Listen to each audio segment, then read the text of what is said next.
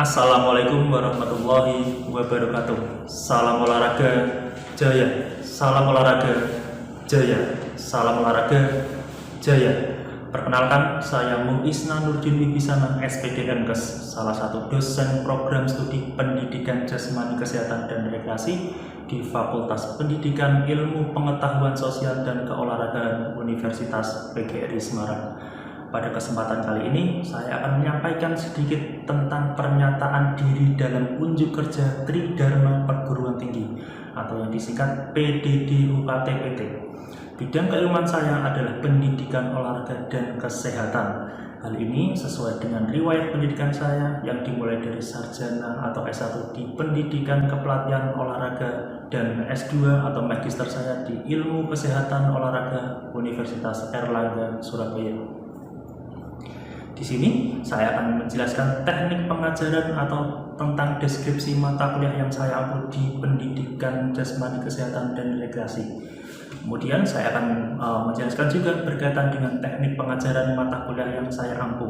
Saya menggunakan teknik pengajaran dengan metode DIA, Delivery, Interaction, and Assessment, pada mata kuliah pencegahan dan perawatan cedera dengan bobot 2 SKS di semester genap atau biasanya di semester keempat.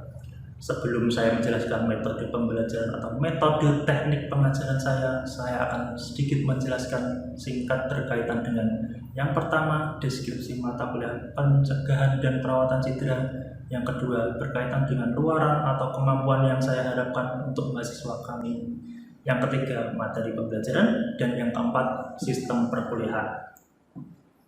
Berikutnya, yang pertama adalah deskripsi mata kuliah pencegahan dan perawatan cedera.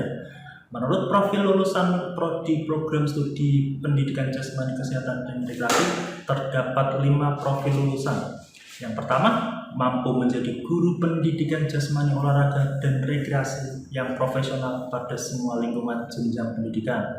Yang kedua, mampu menjadi pelatih di berbagai cabang olahraga dan pusat kebugaran. Yang ketiga, mampu menjadi wira swastawan atau entrepreneur di bidang keolahragaan. Yang keempat, mampu menjadi tenaga medis non-dokter pada kegiatan olahraga.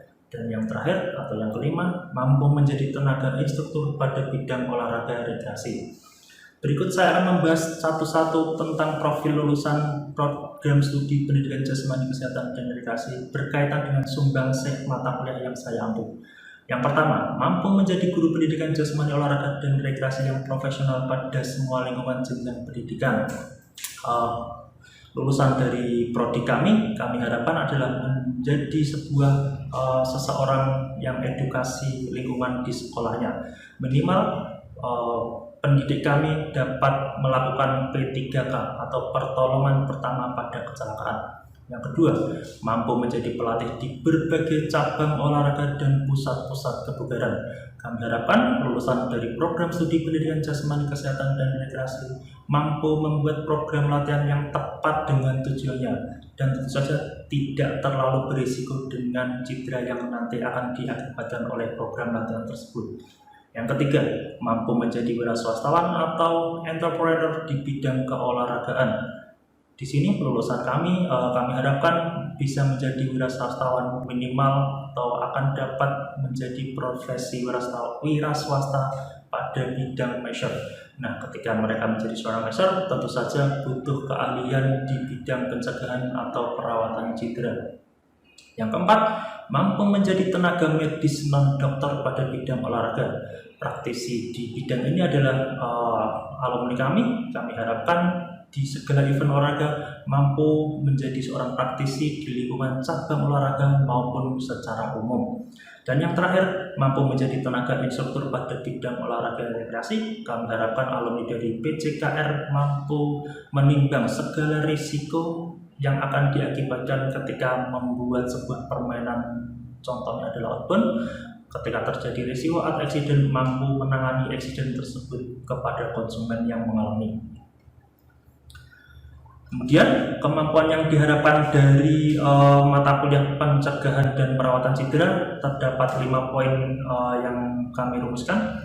Yang pertama adalah mengetahui dan memahami konsep cedera olahraga dan klasifikasi tingkatannya. Yang kedua, mengetahui dan mampu membuat konsep pencegahan cedera olahraga. Yang ketiga, mempraktekkan penanganan cedera olahraga. Yang berikutnya, merancang program perawatan cedera olahraga. Dan yang terakhir atau yang kelima adalah mempraktekkan penanganan bantuan hidup dasar atau basic life support. Kemudian materi pembelajaran mata kuliah pencegahan dan perawatan cedera.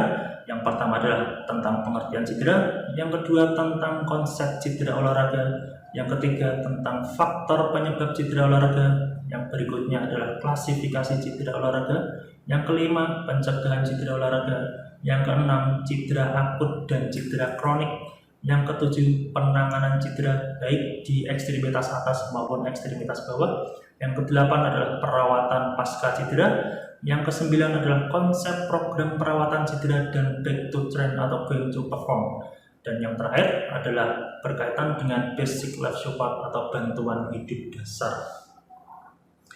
Berikutnya, sistem pembelajaran yang saya gunakan pada mata kuliah pencegahan dan perawatan cedera adalah sistem perkuliahan daring, jadi menggunakan Google Meet atau via Zoom. Sementara metode pembelajaran atau teknik pengajaran yang saya sampaikan kepada mahasiswa adalah dengan metode DIA. Oke, saya akan coba membahas metode DIA yang akan saya lakukan kepada mahasiswa. Yang pertama adalah delivery. Delivery di sini adalah kami atau saya selaku dosen selalu memberikan bekal kepada mahasiswa berkaitan dengan bahan ajar yang akan mereka gunakan sebagai pedoman perkuliahan. Bahan ajar yang saya gunakan terdapat 3, diantaranya adalah 3 e-book dan 1 buku bahan ajar. 3 e-book itu adalah 2 dari bahasa asing atau bahasa Inggris, sementara yang 1 dari bahasa Indonesia. Yang pertama adalah berkaitan dengan Sport Age and Sex Specific Incidence of Sport Injuries Western Australia. Ini karangan dari Stevenson. Kemudian e-book yang kedua adalah Risk Factor for Sport Injury. Ini adalah karangan dari Girl and Home. Sementara yang terakhir yang berbahasa Indonesia berkaitan dengan diagnosis dan manajemen cedera olahraga karangan Novita Arova. Oke, berikutnya adalah dari delivery pada saat perkuliahan. Saya membagi fase perkuliahan saya kepada mahasiswa menjadi 3 bagian. Yang pertama adalah fasilitator materi atau penyampaian materi. Di pertemuan-pertemuan awal saya biasanya menyampaikan materi terlebih dahulu menggunakan media PowerPoint. Biasanya saya melakukan presentasi, kemudian mahasiswa kami ajak untuk berdiskusi. Yang kedua, menggunakan analisis case study atau menggunakan studi kasus yang ada di lapangan. Biasanya mahasiswa kami berikan tugas untuk mengumpulkan kejadian atau suatu eksiden di dunia olahraga yang menjadi trending di bulan atau di minggu itu. Kemudian kita akan jadikan sebuah analisis kasus yang akan kita kaitkan dengan teori. Dan yang terakhir adalah demonstrasi penanganan cedera dan praktek penanganan. Di sini di sesi terakhir kami biasanya membuat sebuah kelompok tim untuk menganalisis cedera, kemudian kita akan melakukan demonstrasi penanganannya secara individu maupun secara kelompok atau secara tim. Delivery sudah, yang kedua adalah interaction. Interaction ini adalah berkaitan dengan interaksi mahasiswa dengan dosen, dosen dengan mahasiswa maupun mahasiswa dengan mahasiswa. Fase interaksi ini adalah terdapat 2 fase. Yang pertama adalah di kelas dan di luar kelas. Di dalam kelas biasanya saya selalu memberikan motivasi kepada mahasiswa bahwa keaktifan mahasiswa itu penting dan itu menjadi poin tersendiri ketika penilaian di akhir perkuliahan. Jadi pada saat penyampaian materi maupun pada saat demonstrasi kami selalu memberikan tempat untuk mahasiswa untuk melakukan aktivitas atau keaktifannya, baik bertanya maupun memberikan saran kepada kami sebagai dosen untuk mahasiswa yang lain. Yang kedua, mengemukakan pendapat secara terbuka. Kami juga selalu memberikan tempat kepada mahasiswa untuk memberikan ruang secara terbuka untuk menyampaikan pendapatnya, baik pendapat berupa pertanyaan maupun pendapat menjawab sebuah diskusi. Yang ketiga, diskusi mahasiswa, dosen, dan mahasiswa ataupun mahasiswa dengan mahasiswa, saya sebagai dosen selalu mencoba agar tidak ada terlalu gap yang terlalu jauh antara dosen dan mahasiswa maupun sebaliknya.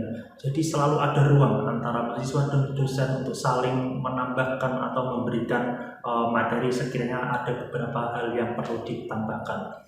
Yang terakhir adalah demonstrasi dan kerjasama dalam tim. Jadi seperti yang saya bilang sebelumnya, bahwa di fase yang ketiga nanti adalah fase demonstrasi penanganan cedera. Jadi nanti secara tim dan secara individu mahasiswa akan mencoba membuat demonstrasi penanganan cedera sesuai dengan materi yang didapatkan.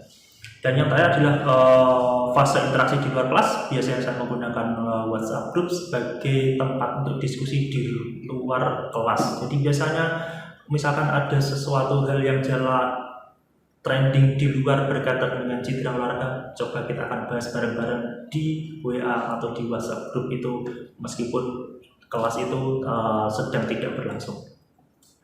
Yang terakhir adalah assessment atau penilaian. Penilaian saya adalah berkaitan dengan beberapa poin sebelum membahas tentang berbagai poin. Biasanya di awal perkuliahan atau di pertemuan pertama saya selalu menyampaikan tentang kontrak kuliah, yaitu adalah bagaimana rencana kuliah ke depan 14 atau sampai 16 kali pertemuan, berarti ketambahan 2 UTS dan UAS.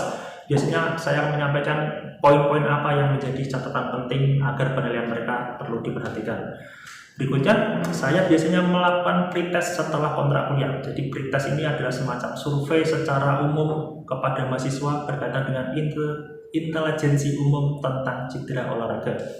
Yang ketiga, ketika pertemuan kelas, biasanya sebelum atau di akhir perkuliahan saya biasanya menggunakan sebuah kuis agar mampu melihat seberapa jauh mahasiswa itu dapat menyerap materi yang saya ampu. Jadi biasanya di awal perkuliahan saya menggunakan kuis, biasanya pakai media Kahoot. Saya kasih di awal perkuliahan agar merefresh materi sebelumnya, atau di akhir perkuliahan untuk mengevaluasi bagaimana materi di hari tersebut. Kemudian yang paling penting adalah prosentase penilaian. Jadi saya memberikan plot-plot tersendiri kepada mahasiswa bagaimana prosentase penilaian saya.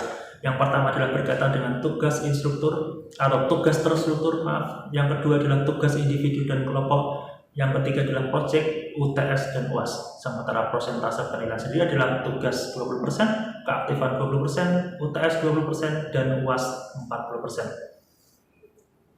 Demikian penyampaian dari saya, kurang lebihnya mohon maaf. Jadi ini berkaitan dengan deskripsi materi yang saya ambil. Terima kasih dan wassalamualaikum warahmatullahi wabarakatuh.